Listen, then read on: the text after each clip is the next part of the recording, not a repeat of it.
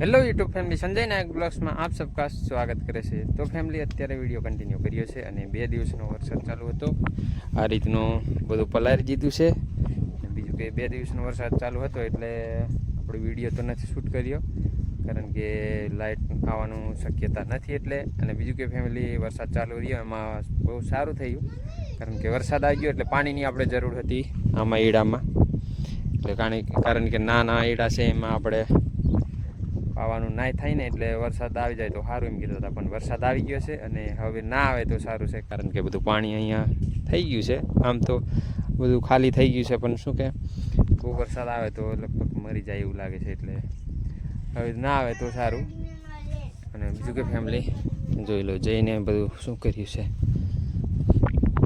કાકડી થોડી આ શું કર્યું? કોઈ લાવ્યું? અને આવી એક નાની આ હું કાવા મૂક્યો? આયા માર ખાવા જો ફેમિલી કેવું કર્યું છે બધું। કાકડી ખાવાની તો ખાવાની રીતના નથી ખાતા, ખરાબ બધી બગાડે છે। અને બીજું શું, તો આ બાજુ છે જો અત્યારે ઓલા કોણ શાક બનાવ્યું? ગલકાનું ખીચોડાની શાક બનાવી છે અત્યારે, એટલે પૂનમ શાક બનાવતી હતી। અને બીજું મારે તો શું કામ હોય, બીજું કંઈ નથી।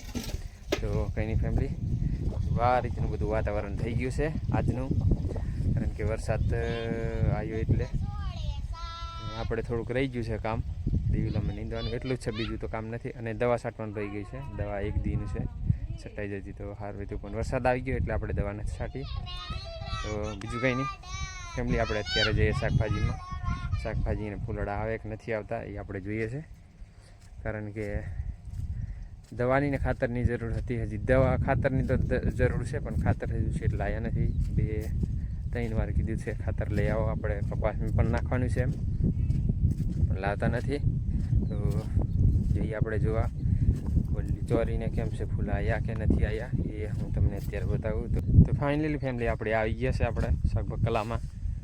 આ છે ચોરીમાં તો ફૂલાદ આવી ગયા છે। આમાં દવા એટલી છાંટી દીધી એટલે સારું થયું ફેમિલી, કારણ કે આમાં ચોરીમાં ફૂલડાઈને બીજું ઈયરો પડી ગઈ હતી, ઈડામાં પણ મચ્છી પડી ગઈ હતી, આ દિવેલામાં એ ભીંડામાં। અને બીજું કે મકાઈ તો જો ખાતર વગરની એવી જ છે। અને બીજું કે ફેમિલી, આ પાણી દેખાય ને એ પાણી અહીંયા રહે છે, વરસાદ પડી જાય એટલે બહુ કપાસનું નુકસાન કરે છે। આ બાજુનો છે ને કપાસ એને કારણ કે પાણી નથી નીકળતું ને એટલે। અને બીજું કે ફેમિલી, આપણે ટામેટી આપણે વાઈ છે એટલે ચોપી છે અહીંયા, પણ નથી થતી।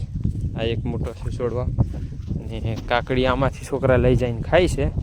મકાઈને આપણે ખાતરની જરૂર છે, પણ છેટ લાવતા નથી ખાતર, એમને કેટલી વાર કીધું પણ નથી લાવતા, એટલે આપણે વધારે કહીએ જેવું નથી, કારણ કે આપણે વધારે કહીએ એટલે એમને ખોટું લાગી જાય, એટલે આપણે નથી લાવતા।